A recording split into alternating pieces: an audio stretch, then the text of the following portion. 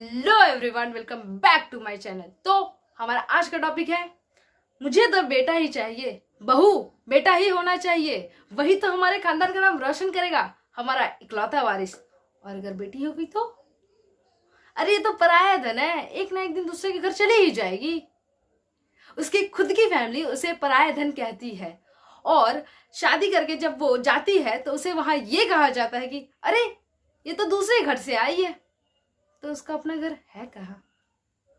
जब एक घर में बेटा और बेटी दोनों रहते हैं तो हम बेटों को ये सिखाते हैं कि जिंदगी को खुल के जीना सीख, और वहीं बेटियों को बंदिशों में रहना सिखाते हैं।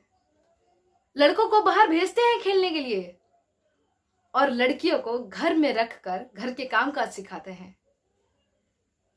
और हम कहते क्या है इनसे कि सीख ले घर का काम वाम, वरना तेरे ससुराल वाले तो यही कहेंगे कि इसके घर वालों ने इसे कुछ सिखाया नहीं है।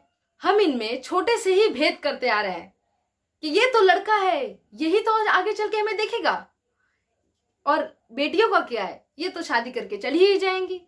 अगर छोटा बच्चा रोता है तो हम उसे कहते क्या है कि ये क्या लड़कियों जैसे रो रहा है। हम ऐसा क्यों कहते हैं, कभी सोचा है? लड़की होना गुनाह है क्या? पहले खुद लड़कियों को मारते हो और फिर खुद अपने बेटे के लिए लड़की ढूंढते हो।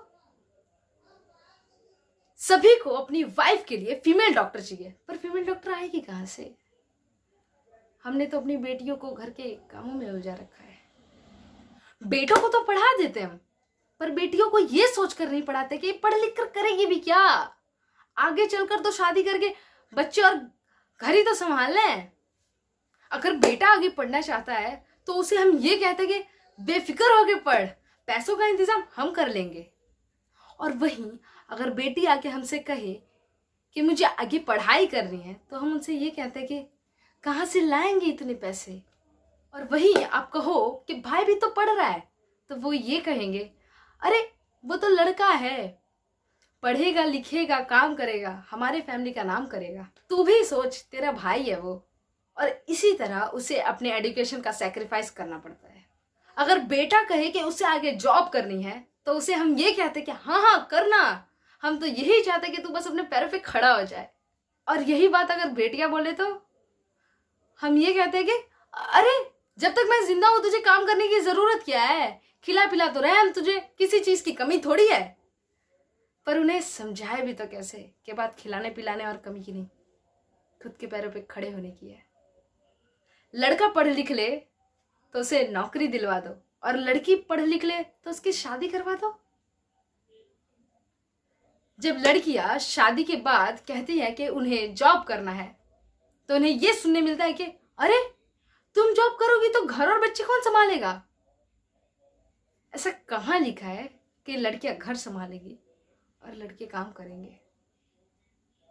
Most people are born with certain biological traits that makes them male or female. Biological limits are decided by nature. For example, only women have kids while men can't. And that's how we defined sex, which is purely biological concept. पर हमारी society ने ये rule बना दिया है कि लड़कियां इस तरह ही बिहेव करेंगे और लड़के इसी तरह, जो कि बायोलॉजिकल टर्म्स में नहीं है। सोशल और कल्चरल तौर पे जेंडर को डिस्क्राइब किया जाता है। जैसे हमारी सोसाइटी लड़कों को बाहर जाके जॉब करने को कहती है और वहीं लड़कियों को घर पे रह के घर संभालने को कहती है। बेटा अगर काम से रात को घर देर से लौटे तो उसे हम ये कहते हैं कि अरे मेरा बेटा काम करने गया था, मेहनत कर रहा है। और वहीं बेटियां देर रात घर से लौटी तो अच्छी घर की लड़कियां इतनी देर रात को घर नहीं लौटती। Sex is a biological term decided based on the reproductive ability of the person. Gender is a concept invented by society. Sex is decided by nature and gender is decided by society. अगर आप लड़कियों को कमजोर समझते हैं तो अपने घर और बच्चों की जिम्मेदारी उन पे कैसे डाल देते हैं?